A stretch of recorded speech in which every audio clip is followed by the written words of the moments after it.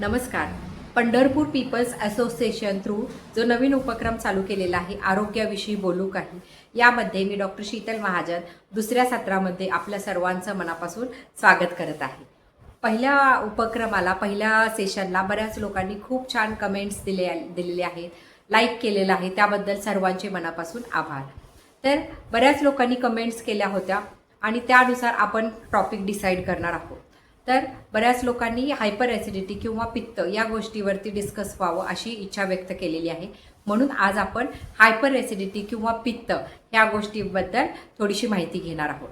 तर hyper acidity आणि पित्त हा बऱ्याच लोकांचा कॉमन प्रॉब्लेम आहे. बऱ्याच लोकांची दिवसाची सुरुवात ही पित्ताने होत असते, त्यामुळे त्यांचा दिवसभर कशातही मन लागत नसतं. तरी हा एवढा कॉमन प्रॉब्लेम आहे, पण तो बऱ्याच प्रमाणात इग्नोर केला गेलेला आहे. कारण बऱ्याच लोकांना सवय आहे की बाहेरून काउंटरवरून पित्ताची गोळी खाणे आणि त्रास कमी करून घेणे. तर मित्रांनो, तुम्ही पित्त हा नक्की काय आहे हे गोष्ट समजून घेतली तर तुम्ही त्याच्यावर नक्कीच काम करू शकता. तर पित्त किंवा आम्लपित्तपणा म्हणजे काय? तर आपल्या शरीरामध्ये किंवा आपल्या स्टमकमध्ये एक ॲसिड असतं किंवा एक आम्ल पदार्थ असतो ज्याला हायड्रोक्लोरिक ॲसिड म्हणतात. तर ह्या हायड्रोक्लोरिक ॲसिड हा आपल्या स्टमकमध्ये नॅचरली सिक्रीट होत असतो.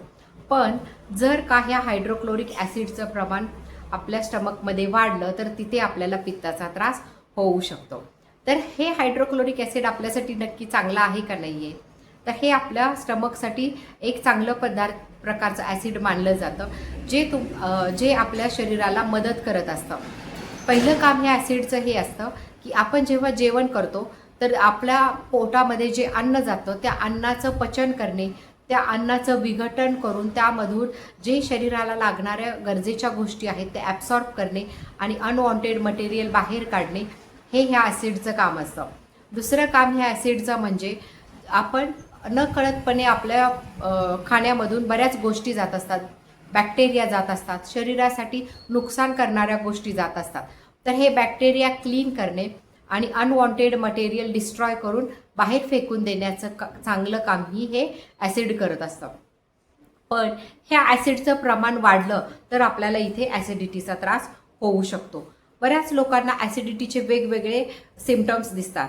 जसं की सगळ्यात कॉमन सिम्पटम असतो की छातीमध्ये जळजळणे, करपट ढेकर येणे, तोंडाला आंबट पाणी सुटणे.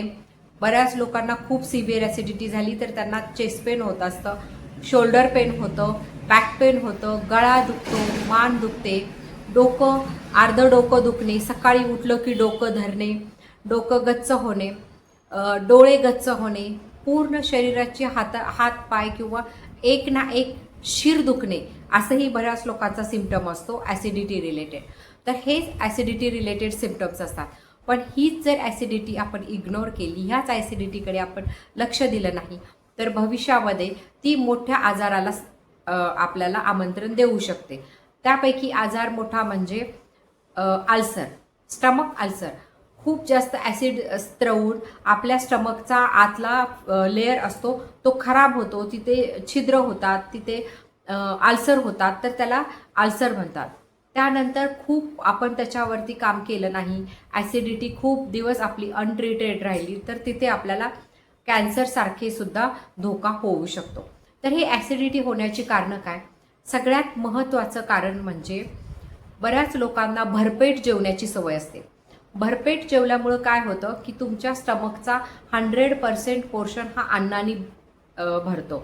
पण स्टमकचं काम कसं चालतं तर 80% अन्न आणि 20% रिकामी जागा ठेवली जाते की ज्यामध्ये ॲसिड मिक्स होऊन किंवा पाणी जे पितो ते लिक्विड मिक्स होऊन त्या अन्नाचं पचन होतं, त्या अन्नाचं मिक्सिंग होतं, त्यामधून आपल्या शरीराला लागणाऱ्या गोष्टी घेतल्या जातात आणि अनवॉन्टेड पुढं अन्न सरकलं जातं.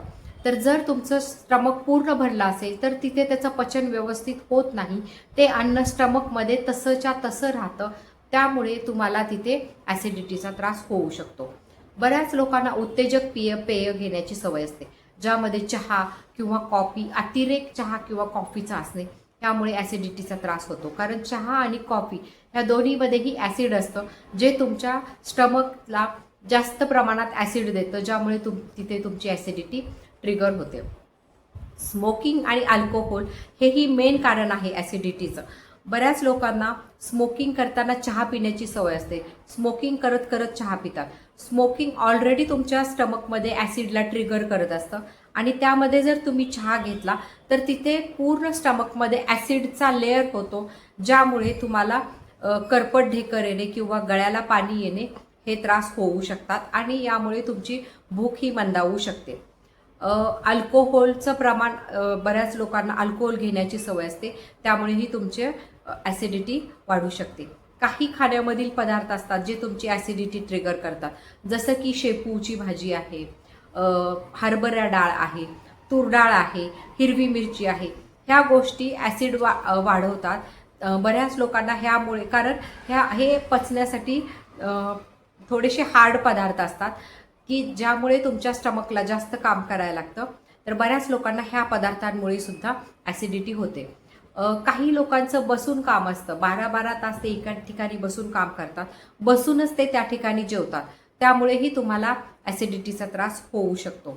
उपवास करणे, बऱ्याच लोकांना खूप जास्त उपवास करण्याची सवय असते किंवा उपवास करताना ते साबुदाणा वगैरे पदार्थ खातात. तर साबुदाणा हा डायजेशनसाठी सगळ्यात अवघड पदार्थ आहे, जो डायजेस्ट होण्यासाठी किंवा पचण्यासाठी 2 किंवा 3 दिवस लागतात. त्यामुळे जे लोक साबुदाण्याची खिचडी खातात त्यांना दुसऱ्या दिवशी पित्त किंवा कॉन्स्टिपेशनचा त्रास होऊ शकतो.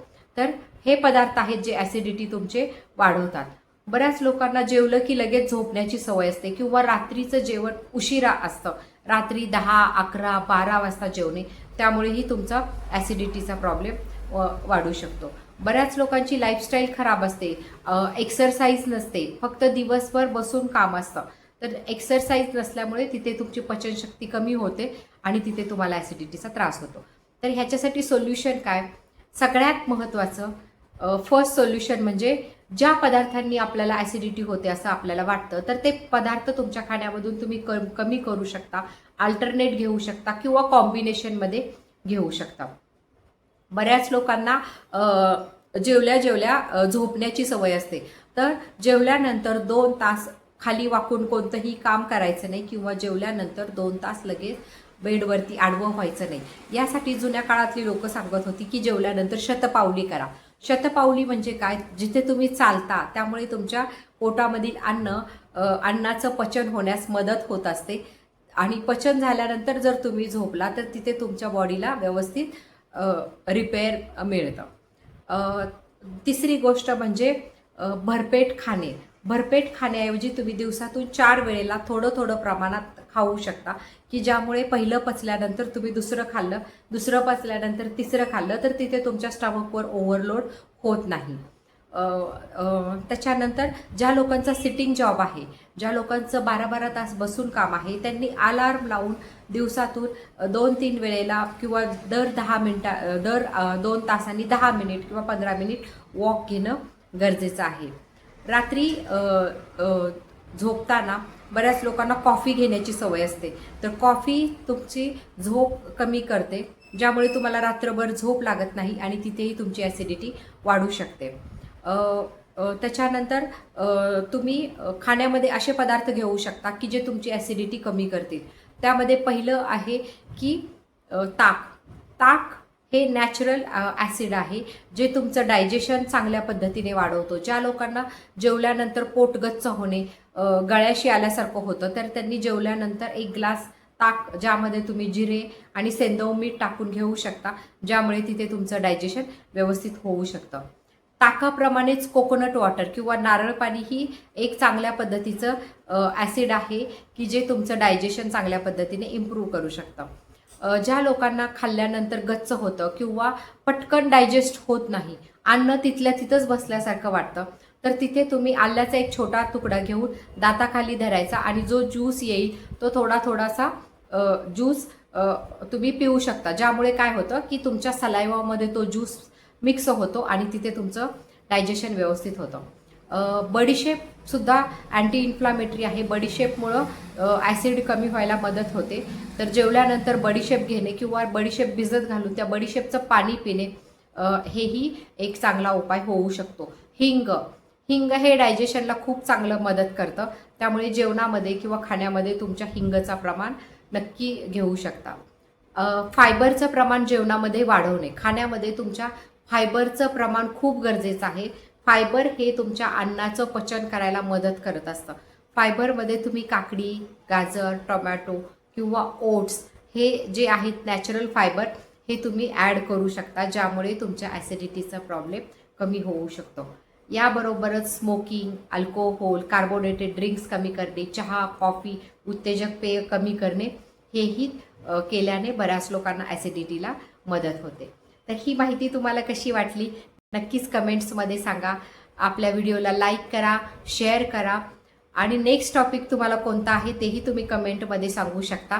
ज्यांना ॲसिडिटीवर आणखीन होम रेमेडीज पाहिजेत त्यांनी मला कमेंटमध्ये मोर असं टाईप करा. मी त्यांना बाकी अजून होम रेमेडीज काय घेऊ शकतो हे सांगेन. तुम्हाला ॲसिडिटी रिलेटेड कोणता त्रास होतो तेही तुम्ही कमेंटमध्ये शेअर करा. आपण नेक्स्ट व्हिडिओ घेऊन बुधवारी येणार आहोत, त्यावेळेस तुमच्यातील एक टॉपिक आपण सिलेक्ट केला जाईल. Till then bye and take care.